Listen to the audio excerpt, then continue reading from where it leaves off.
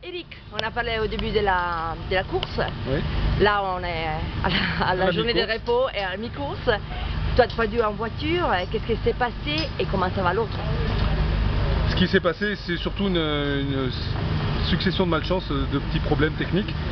En fait, on avait un petit peu de mal à trouver un réglage de suspension idéal par rapport au terrain qu'on a trouvé qui était très cassant.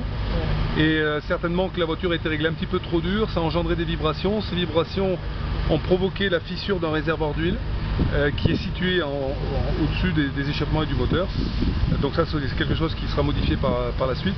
Et l'huile a suinté certainement sur les collecteurs d'échappement.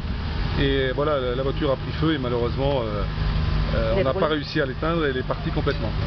Donc ça c'est le mauvais côté, mais juste avant ça, il y a eu des événements quand même plus heureux, puisque la veille de cet incendie, Guerlain et Alex ont terminé 5e de la spéciale, ce qui était très très encourageant parce qu'on a pu montrer que la voiture était vraiment dans le coup.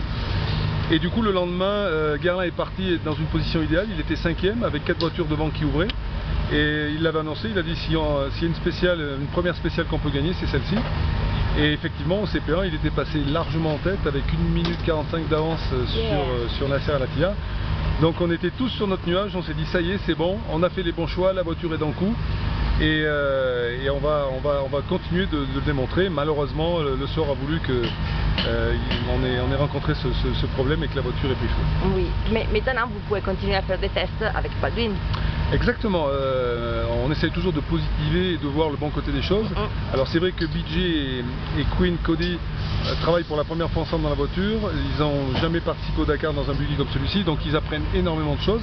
Mais je les trouve très bien dans ce rôle-là parce qu'ils font ça avec beaucoup d'humilité, beaucoup de sérieux. Tous les jours, ils nous ramènent beaucoup d'informations importantes pour l'avenir. Parce qu'on peut faire tous les tests du monde, rien ne vaut la situation réelle, c'est-à-dire tout ce qu'on peut rencontrer en course, avec les difficultés du terrain, la température qui est exceptionnellement élevée cette année. Voilà, ils nous remontent tous les jours des informations extrêmement importantes qu'on va pouvoir exploiter de manière à corriger, améliorer et revenir l'année prochaine beaucoup plus fort. Au début, tu m'as dit que les volants étaient manqués. Après cette semaine comme ça terrible, tu es encore d'accord ou tu es content d'être team manager? Content d'être team manager, je dirais pas ça. Mais non, c'est vrai que c'est hyper frustrant. C'est mon premier Dakar que je passe dans des voitures d'assistance et je me rends compte à quel point être dans l'assistance, c'est quand même une vraie vocation parce qu'on passe tellement d'heures dans les voitures à attendre, à faire des kilomètres pour des kilomètres. Et c'est extrêmement stressant parce qu'on est enfermé dans une voiture, on sait que les voitures de course sont quelque part sur la piste, on imagine tout et des fois même en imaginant tout, on est en dessous de la réalité parce que jamais j'aurais pensé qu'une de mes voitures allait partir dans un incendie. Donc ouais, non, je le vis honnêtement pas très bien. Il va certainement falloir que je vieillisse encore un petit peu pour accepter de laisser le volant à quelqu'un d'autre définitivement et prendre ma vraie casquette de team manager. Là je le fais plus par intérim, mais bon, c'est intéressant, j'apprends des choses aussi, mais clairement j'ai encore trop d'énergie, je dirais, à dépenser pour rester assis dans une voiture et faire...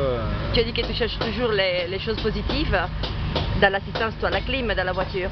Ah, voilà. Cette année en particulier, c'était vraiment important. Ouais. On a une climatisation parfaite. Oui, et eux, non. Non, mais ça fait partie... Oui, bien sûr, non, mais c'était juste pour te dire. Ouais. Cela dit, maintenant, les top voitures, je sais que certaines voitures usines ont une climatisation... Pas toujours bien fonctionnant. Non.